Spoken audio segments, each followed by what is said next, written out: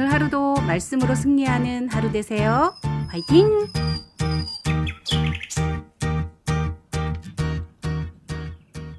제34장. 여호와께서 모세에게 이르시되 너는 돌판 둘을 처음 것과 같이 다듬어 만들라. 네가 깨뜨린 처음 판에 있던 말을 내가 그 판에 쓰리니 아침까지 준비하고 아침에 시내산에 올라와 산 꼭대기에서 내게 보이되 아무도 너와 함께 오르지 말며 온 산에 아무도 나타나지 못하게 하고 양과 소도 산 앞에서 먹지 못하게 하라. 모세가 돌판 둘을 처음 것과 같이 깎아 만들고 아침에 일찍이 일어나 그 두 돌판을 손에 들고 여호와의 명령대로 시내산에 올라가니 여호와께서 구름 가운데에 강림하사 그와 함께 거기 서서 여호와의 이름을 선포하실세 여호와께서 그의 앞으로 지나시며 선포하시되 여호와라 여호와라 자비롭고 은혜롭고 노하기를 더디하고 인자와 진실이 많은 하나님이라. 인자를 천대까지 베풀며 악과 과실과 죄를 용서하리라.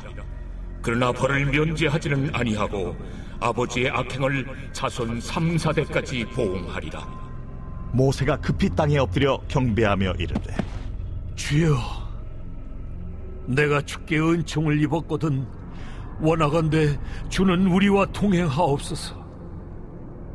이는 목이 뻣뻣한 백성이니이다. 우리의 악과 죄를 사하시고 우리를 주의 기업으로 삼으소서. 보라, 내가 언약을 세우나니 곧 내가 아직 온 땅 아무 국민에게도 행하지 아니한 이적을 너희 전체 백성 앞에 행할 것이라. 내가 머무는 나라 백성이 다 여호와의 행하심을 보리니 내가 너를 위하여 행할 일이 두려운 것임이니라. 너는 내가 오늘 네게 명령하는 것을 삼가 지키라.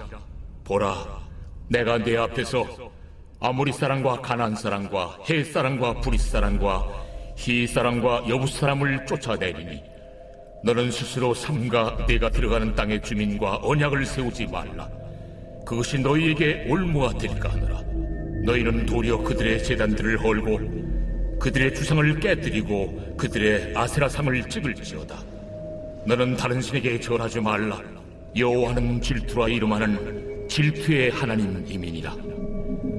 너는 삼가 그 땅의 주민과 언약을 세우지 말지니 이는 그들이 모든 신을 음란하게 섬기며 그들의 신들에게 제물을 드리고 너를 청하면 네가 그 제물을 먹을까 함이며 또 네가 그들의 딸들을 네 아들들의 아내로 삼음으로 그들의 딸들이 그들의 신들을 음란하게 섬기며 네 아들에게 그들의 신들을 음란하게 섬기게 할까 함이니라. 너는 신상들을 부어 만들지 말지니라. 할렐루야. 오늘 참으로 좋은 날입니다. 하나님의 은혜와 기쁨과 평강이 오늘 지금 여러분과 함께 있으시기를 축복합니다. 오늘 묵상의 제목은 한없는 용서, 영원한 은혜입니다. 이런 타이틀로 소개할 수 있는 분은 과연 누가 있을까요? 우리는 오직 하나님뿐임을 고백하지 않을 수 없습니다. 이 세상에 과연 이렇게 할 수 있는 사람이 있을까요? 여러분은 어떠신가요? 나는 과연 어떠한 사람인지 잠시 한번 생각해 보셨으면 좋겠습니다. 그리고 나에 대한 타이틀을 만들어 보시는 겁니다. 이렇게 만들 수 있을까요? 저 같은 경우면 남 보일 땐 용서, 안 보일 땐 비난. 조금은 이중적인 것 같은 문구죠. 맞습니다. 아마 제 아이들이 이 문구를 본다면 박수를 딱 치면서 맞아 저거지 하며 환호했을 수도 있을 것 같습니다.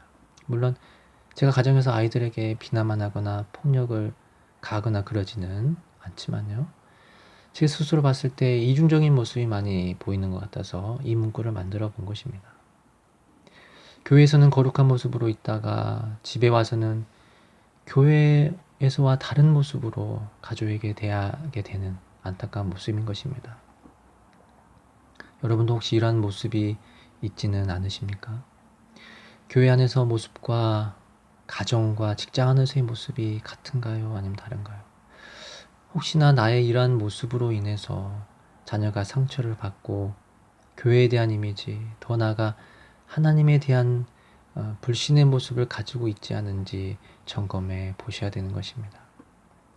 우리 영적인 아버지 되시는 하나님은 달랐습니다. 처음이나 끝이나 영원토록 동일하신 분이십니다. 히브리서 13장 8절 말씀, 예수 그리스도는 어제나 오늘이나 영원토록 동일하시니라. 여러분, 영원이란 단어와 동일이란 단어에 주목하십시오. 우리 하나님은 한 번 품은 마음은 절대 변하지 않고 동일한 마음으로 영원히 간다는 뜻입니다. 하나님께서 나에 대해서 품은 그 마음은 어떠했습니까? Very good. 보시기에 심히 좋았더라. 이것이 나에 대한 하나님의 마음입니다. 세상에서 지치고 힘들거나 실패하고 무시당하고 어려움 가운데 있어도 하나님은 나에게 엄지쳐 가시면서 very good 하시며 위로해 주시고 격려해 주시고 사랑해 주시고 다시 일으킬 수 있는 힘을 주신다는 사실입니다. 언제나 나와 함께 하시는 임마누엘의 하나님을 눈을 들어 바라보십시오. 세상 안에는 소망이 없어도 하나님 안에는 소망이 있는 줄 믿습니다. 하지만 여기 이스라엘 백성들은 하나님을 바라보지 않았습니다. 모세를 통해서 하나님은 친히 애굽에서 이스라엘 백성들을 출애굽시키셨습니다. 그리고 홍해를 건너게 해주셨습니다. 여러분, 이스라엘 백성이 애굽에 있었다면 고통받고 죽을 목숨이었습니다. 그들은 그곳에서 도저히 나올 수 없었습니다. 가능성이 제로였습니다. 그런 가운데 하나님은 그들에게 친히 찾아오셨습니다.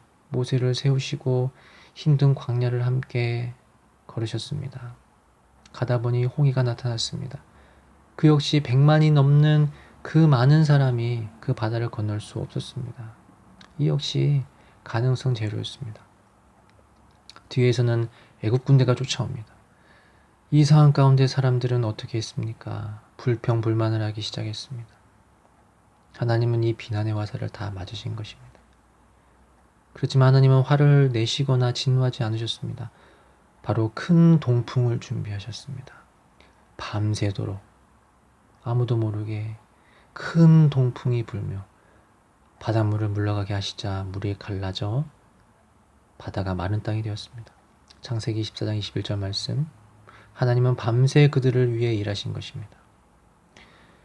그들은 밤새 수고한 하나님의 은혜와 사랑을 알았을까요? 아마 모르고 바다의 길이 생기니 조아라면서 건너갔을 것입니다.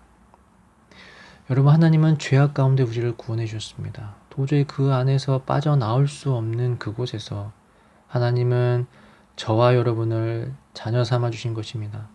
하나님의 은혜입니다.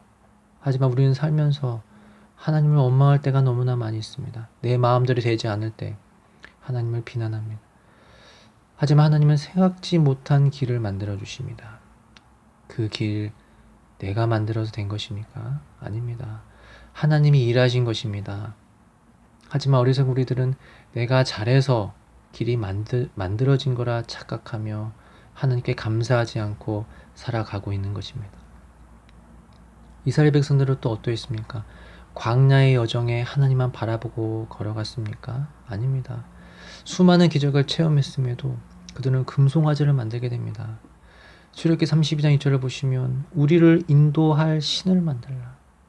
하나님 대신 다른 신을 만들고 섬기게 된 것입니다. 도저히 있을 수 없고 일어나지 않아야 할 일이 일어난 것입니다. 여러분, 하나님 입장에서 한번 생각해 보십시오. 도저히 용서할 수 없는 일인 것입니다. 그래서 하나님이 이렇게 말씀하십니다. 출애굽기 32장 10절 말씀, 내가 하는 대로 두라. 내가 그들에게 진노하여 그들을 진멸하고 너를 큰 나라가 되게 하리라. 이스라엘 백성을 진멸하신다는 충격적인 말씀을 하십니다. 이는 아예 이스라엘 민족 자체를 없애겠다는 뜻입니다.